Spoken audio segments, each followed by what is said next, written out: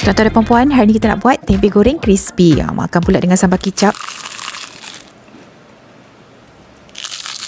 Ini memang serius sedap.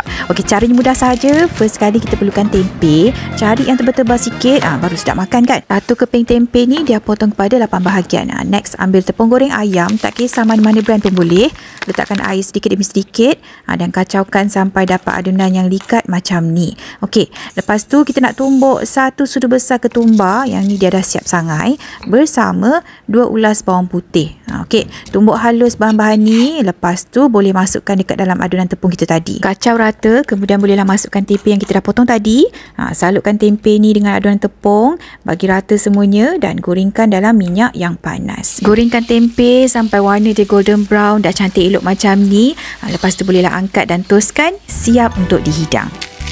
Sesuai sangat buat makan petang-petang. Ini lagi-lagi tengah musim sejuk kan. Memang ngam sangat. Senang je buat dia. Jangan lupa cuba tahu. Bye-bye.